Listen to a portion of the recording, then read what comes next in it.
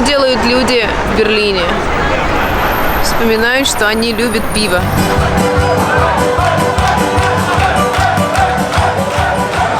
Так что да, вот я сейчас взял пиво, попробую. Это я сказал, дайте мне самое... Пиво пахнет маракуйей. Тебе и не снилось. Для сильно голодных можно выбрать несколько вкусов. Вот лечили лама. Щекочет мое небо. То есть это красивое здание, у которого есть четкая цель. Была прекрасная акция «Танцуй против АФД». Живая история переселения турков в Германию. Ведь куда бы ни переезжал, ты всегда носишь свой дом с собой. Бананчик. Привет, я Андрей. А я Маша. Мы пара, путешествующая по всему миру вдвоем. Мы просто едем и едим, используя различные способы передвижения в поисках самых красивых маршрутов и самой вкусной еды.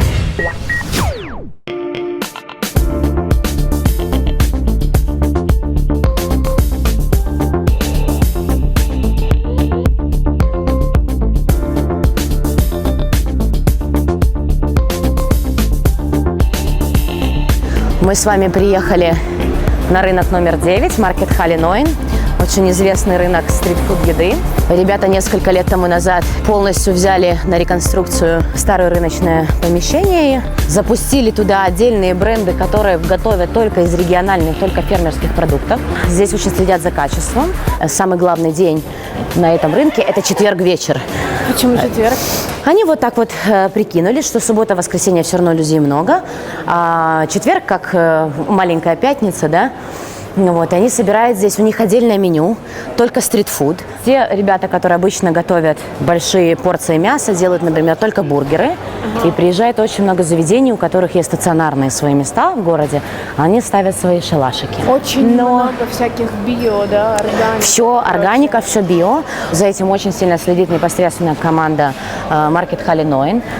По ценовой категории чуть-чуть он выше. То есть это рынок, в котором обед может стоить столько, сколько в нормальном, хорошем нашем местном таком кафетерии-ресторан из-за того, что качество продуктов. Но рядом с ним находится самая дешевая сеть супермаркетов. И поэтому оно как-то рекомпенсирует. Да? Ты можешь пойти купить какого-то прекрасного столового дешевого вина за 2 евро и съесть какой-нибудь еды.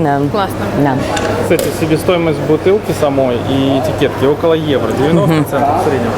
Поэтому за 2 евро... Вина нету, да. Вина. Бананчик. Просто я по центру. Классно. Ты хоть руку, слава Надо богу, было не влезть, стукнула. да. Ну, как воспоминания все равно. Обрамили.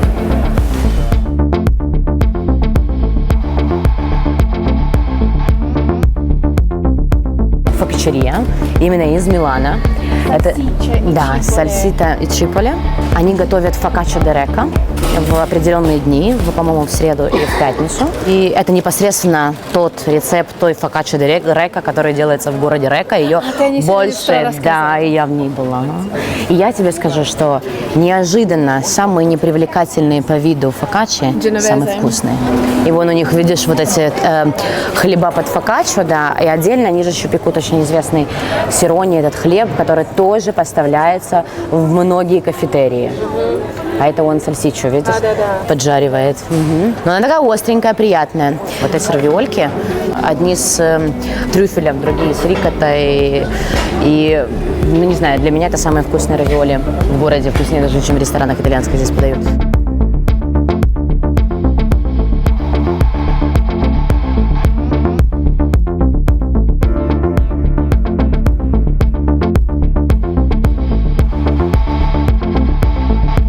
Это вот такая штаб-квартира искусства, они так и называются. Кунстквартир Бетанien.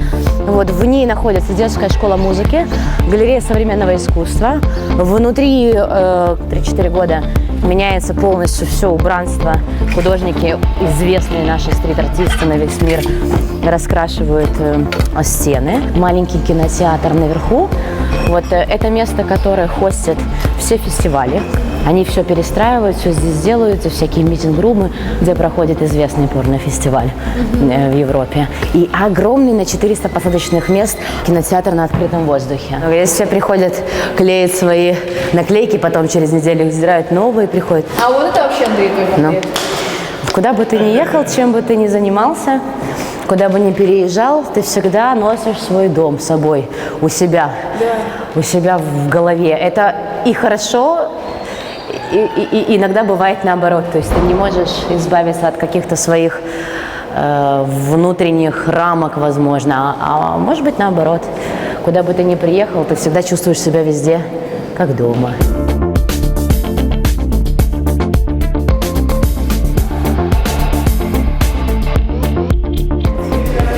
Больше всего, за что я ценю этот город, что он никогда себе не наедает. Ты можешь за один день сделать себе тур, уже каждый район, он как отдельный город. Он, в принципе, так и формировался. Почему в Берлине нет центра?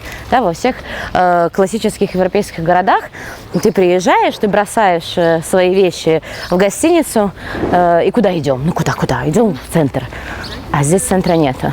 Ты либо приезжаешь на Александр-Плац, видишь советские здания, шоппинг-молы, вокзал. Либо ты едешь на западный Берлин, где тоже опять-таки шоппинг-линия.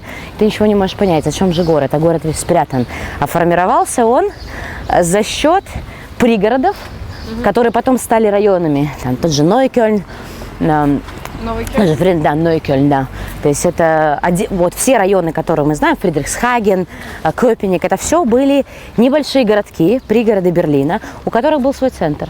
У них была своя кирха, у них была своя площадь. Поэтому, когда он начал соединяться, разрастаться, люди все равно оставались по своим вот этим вот центрам интересов. Поэтому, когда меня спрашивают, куда мне пойти в ресторан, посоветуй, я говорю, какой район? Это церковь, которая стояла прямо у Берлинской стены. Она так и называется, Мауэркирхе. То есть у нее была внутри даже, если мы зайдем посмотрим, у нее внутри вот здесь вот есть свой собственный кусочек стены. Ну, вот, и у них даже внутри можно купить настоящие кусочки стены, точно настоящие, за очень небольшие деньги. Я ее очень люблю. Она вот по-настоящему красивая, евангелистская, четкая церковь. И что очень мне нравится, что здесь есть фотографии, как она стояла, да, и как шла Берлинская стена прямо мимо нее. Вот это целый кусок, пограничная зона между двумя стенками, две восточные стены, то есть это со стороны востока. Вот, пожалуйста, прорубленный вход, дырки. Вот американский сектор, западный Берлин, вот пошел восточный Берлин. После 1989 года ее начали заселять, строить офисные помещения, потому что вот просто посредине города был пустырь длиной в 160 километров. А вот это американский сектор, да? Да, значит, огороды под стеной. Это не просто огород, это очень известный, сейчас там домик стоит. Это Осман Калин, его жена. Это одни из первых заселенцев турецких гастарбайтеров. Они жили в полуподвальных помещениях в этом доме.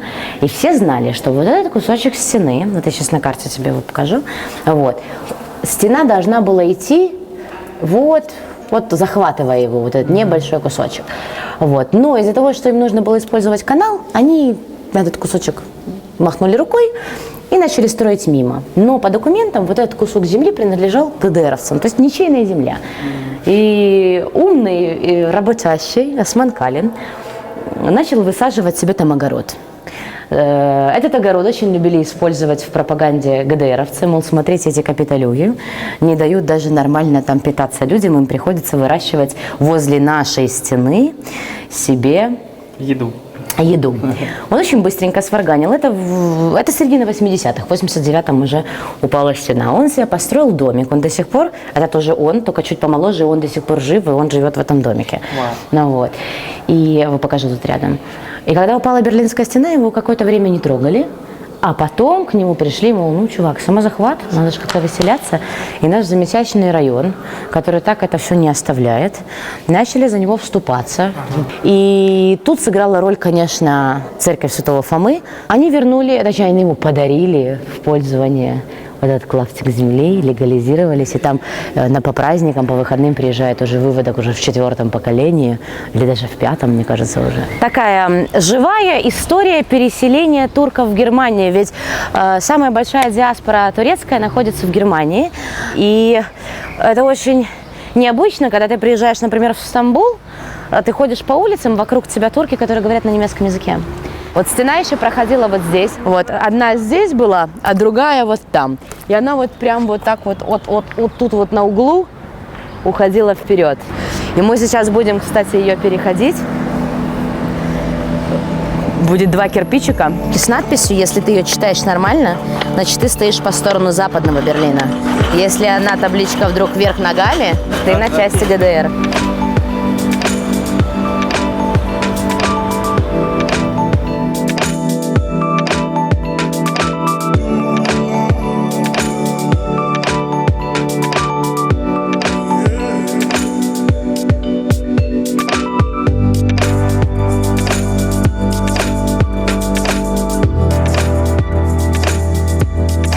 А это же достижение, но она, извините, но она очень красивая. То есть это красивое здание, у которого есть четкая цель.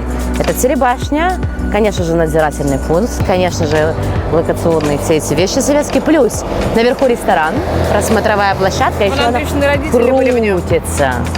То есть на 70-е годы, конечно, 60-х, это достижение науки, техники, инженерии. Вот. Поэтому она хорошая, то, что хорошее осталось из такой архитектурной экспансии ГДР, ну, вот она как раз красивая. И все-таки это символ Берлина, никуда ты от нее не денешься. И вот эта игра такая, знаешь, играть с телебашней в прятки. Ты выходишь, она тут вылазит тебе, тут заходишь, тут она вылазит. Not until I walk about and come back again. Said I finally figured out what it means to be Australian. Good time sitting on Elizabeth's carpet. Мы с вами находимся на самой крупной, самой известной барахолке в Мауэр-парке. Но стоит заметить, что до нее мы еще не дошли. Да. Мы сели в замечательном заведении, которое называется «Хорошая погода», Шоневетер, где мы пьем Радлер. Это пиво с лимонным лимонадом. И будем пробовать штрузеля.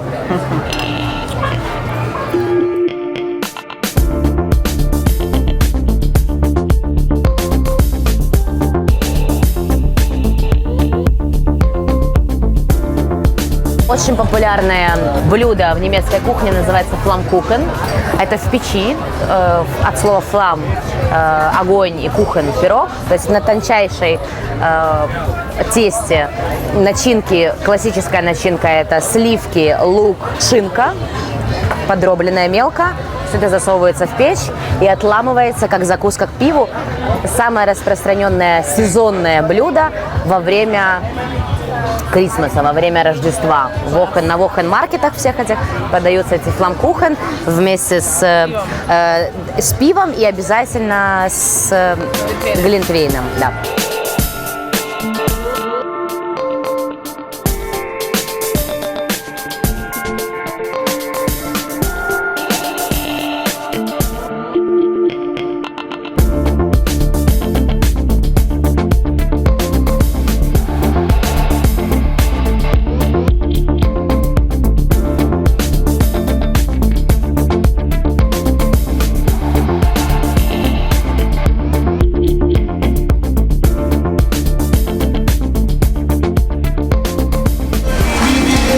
Знаешь, когда тебя застанет мозоль. Рислинг. Вот чили лемон. А чили лемон, да?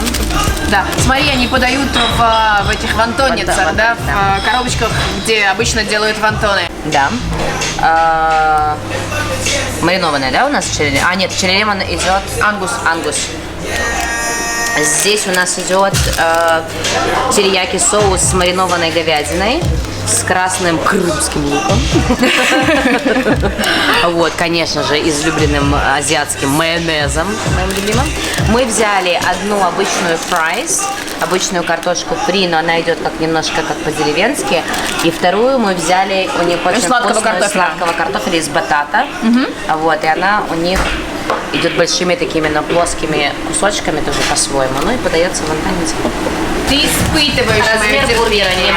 размер Очень бургера хороший, очень небольшой, правильный. поэтому для сильно голодных можно выбрать несколько вкусов, попробовать всю линейку. Ну, погнали? Погнали, да.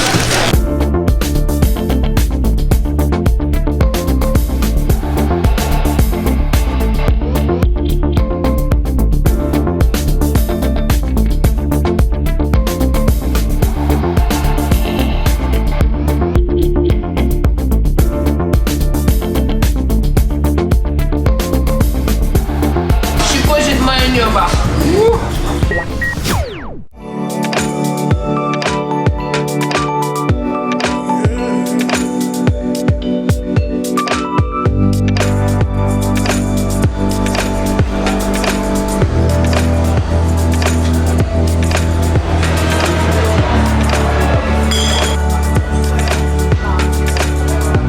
Я взяла себе стаут под названием Cocoa Psycho. Очень насыщенный, шоколадно-кофейный, такой какой-то сусловый. Очень интересный, горький. Мы пришли в очень известную сеть пивоварен, которая называется BrewDog. Это, в общем, социальная сеть, которую профинансировали 50 тысяч инвесторов по всему миру. Любителей пива. Через краудфандинг, да. В 2009 году они начали собирать деньги на платформе краудфандинга, и они собрали 41 миллион фунтов. И на сегодня у них 50 таких баров в разных городах. Это конкретно находится здесь, в Берлине. Миссия баров BrewDog, они находят маленькие пивоварни, которые выпускают интересные сорта пива и позволяют им продаваться в своих вот BrewDog барах, так сказать. Это такой способ для микро-микро-микро брюверей выйти на рынок, да, то есть получить своих покупателей и получить трайл.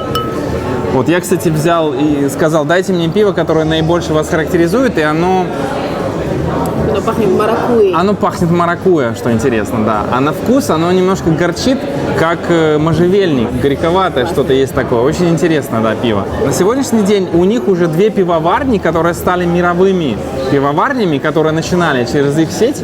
И они экспортируют пиво, минуточку, уже в 60 стран мира глобально. От любителей пива к любителям пива. От любителей пива для любителей пива, да. То есть дать шанс любой пивоварне, в общем-то. За интересные инициативы социальные.